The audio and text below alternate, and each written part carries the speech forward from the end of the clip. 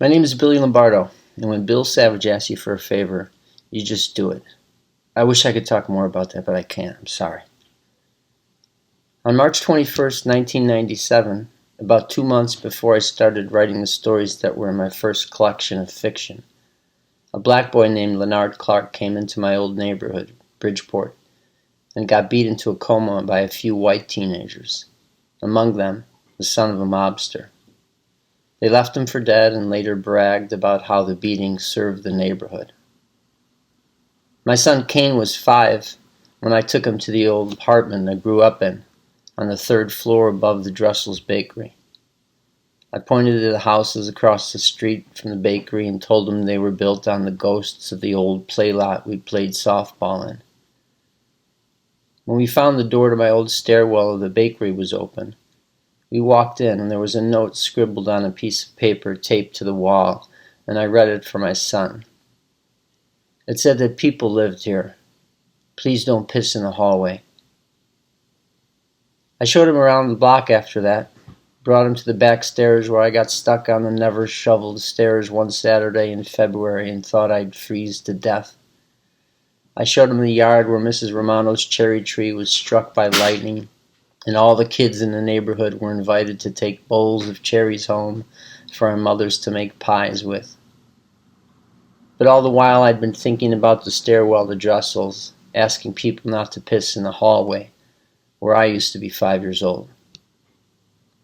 And on our walk back to the car, my son stopped me there and told me he was honored to be taken there. Among the dozen things I was thinking was that I didn't even know he knew that word. It took me about 10 years to write this poem. It's called Poem for Lenard. It doesn't seem big enough now for softball games, but this was the play lot. This was right field, this left. These houses were not here then. There were fences and bleachers and a league of boys. Across the street there, you took my hand, was the bakery. That window 3 floors up, my mother's window. And these black lines of iron, the skeleton of folding stairs bolted to the bakery brick, the fire escape we had hoped to never use. I told you that day about the pilgrim virgin we prayed before to save us from the fires of hell, which we may hope for still. And the time I dropped my allowance, a single skinny coin that rolled into a crack on the stairs and was gone, that sadness of a gone thing.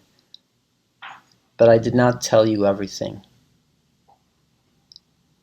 I did not tell you about Robbie, who woke up a black man asleep on the bus by breaking his arm.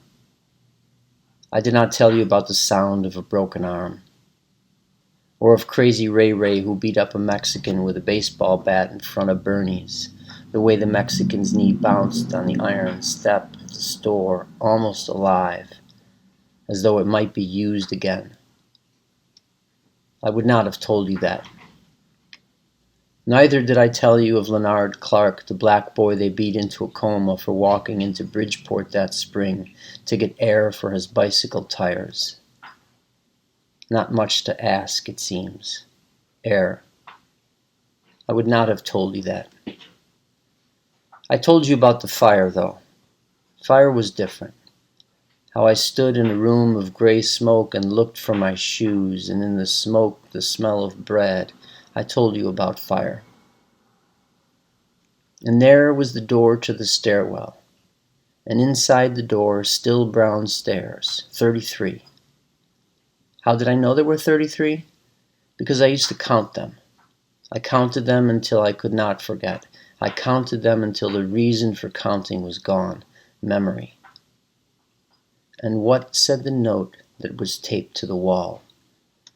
It said that people live here, that these were stairs to living people. It was not a toilet, this place. It was not a place to piss. I gave you that word. I could have said pee. You were only 5, but I was not thinking.